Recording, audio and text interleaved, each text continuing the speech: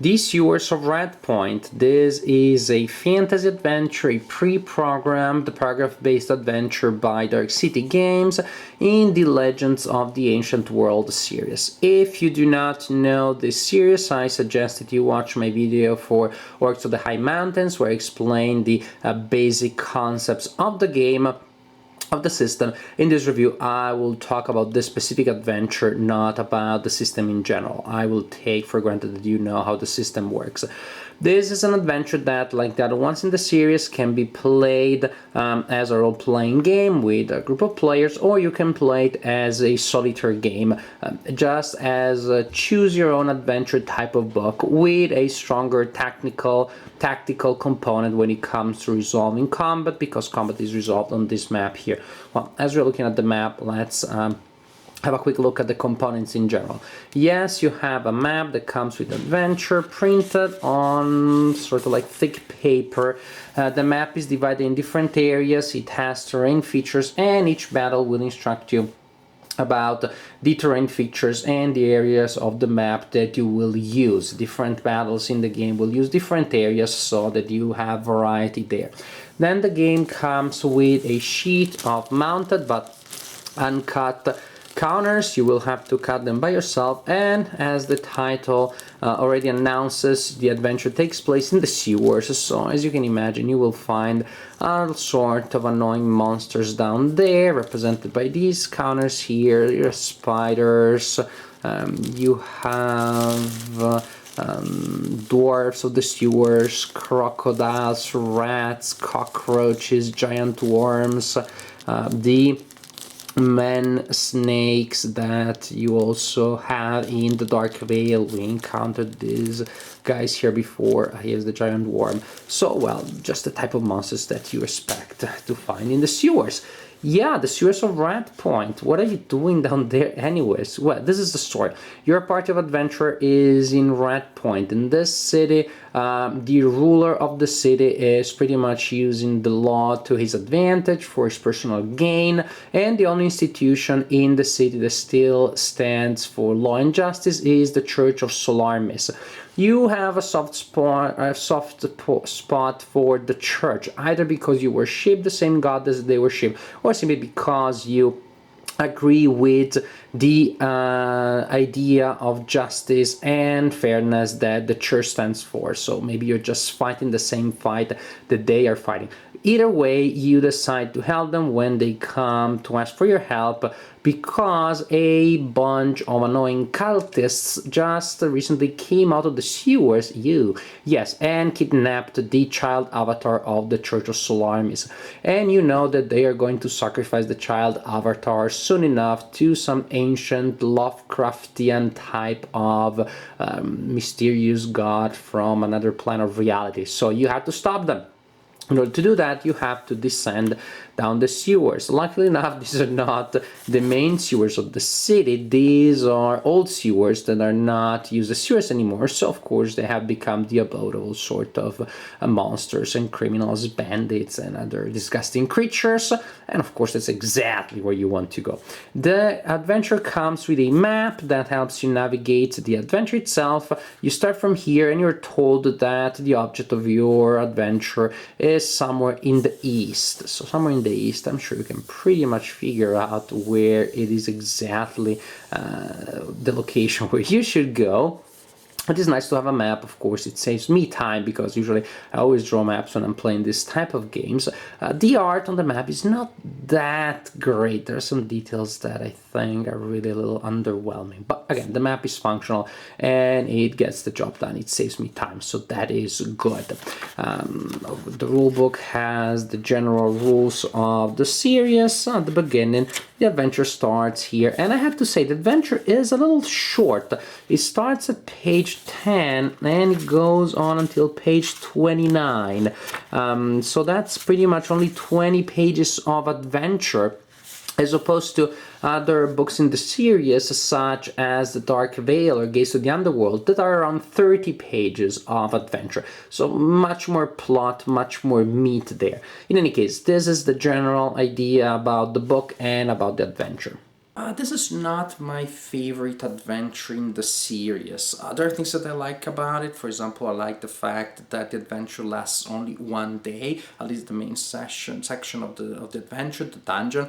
That doesn't give you as many opportunities to recover from fatigue as other adventures in the series did. In other adventures, you can rest and recover from fatigue. Here, you have to keep going. You have to keep pushing your way through all sorts of encounters and fights. I guess that what I did not like too much was the fact that the dungeon reminded me of the type of dungeons that I used to create when I was a dungeon master in the late 80s and early 90s, which were very straightforward and very basic. Here's a room, there is a monster, kill the monster, see if there is any treasure, move to the next room, monster, fight with the monster, next room, empty room, ooh, just for variation, then you move again, monster. And this is pretty much what I found here, meaning in other adventures of the series I found a better balance between the narrative component of the stories, different clues and narrative threads that you have to follow and put together, and then moments of intense fighting with very interesting battles. Here, when you're exploring the sewers, you still have those moments of intense fight, and there's a nice variety in the type of encounters that you will have to face and the type of fights that you will have to win. But I felt that while tight, still that felt a little dry because it didn't find much else. The dungeon part really is a series of fights and looking for objects, items that you need, and more fights and more searches for items.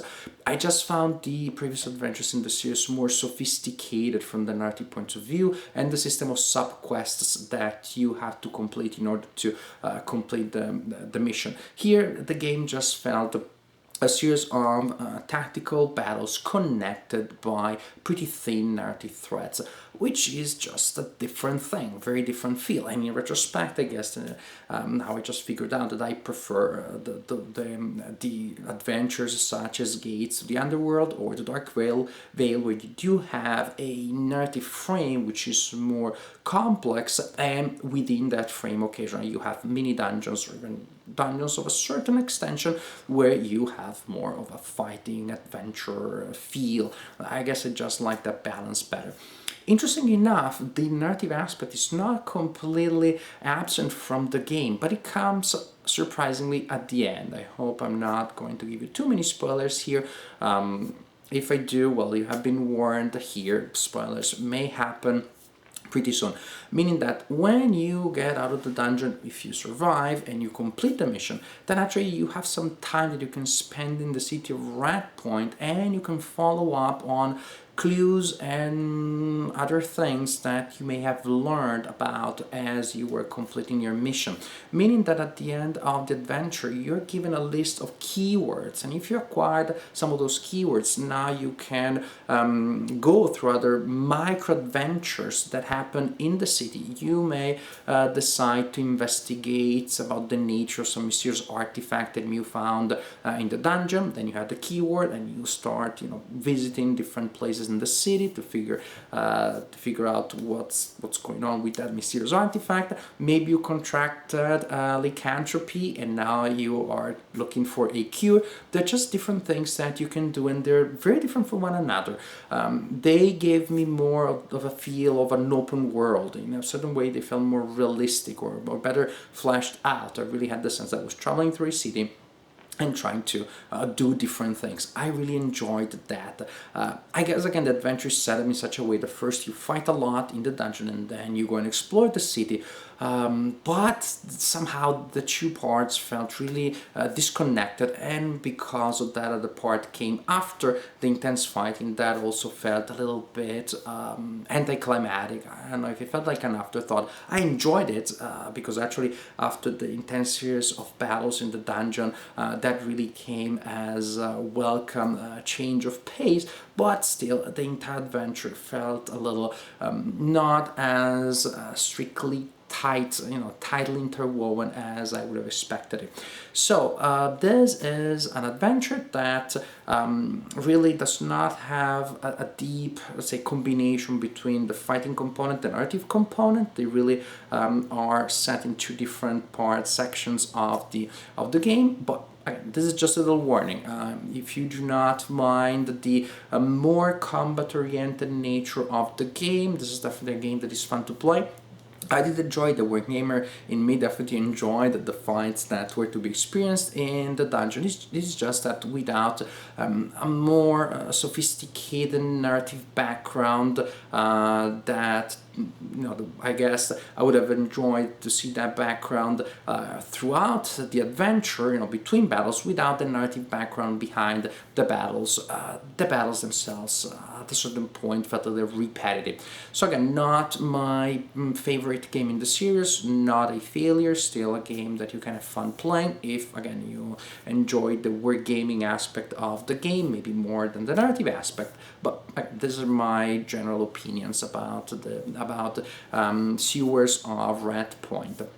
Now, after playing this game, I'm going to take a break from the Legends of the Ancient World series, not because I'm also disappointed by this game that I cannot play the series anymore. I will play more games in the future, but I'm simply curious about other series by Dark City Games, and I want to try other games in other series too. So in the upcoming days, weeks, not sure yet, I'm going to play Void Station 57, which is a sci-fi game set in the sci-fi universe by Dark City Games, and Blood in the Dust, which is set in the Old West, so very different setting from the sci-fi and the fantasy setting of other series.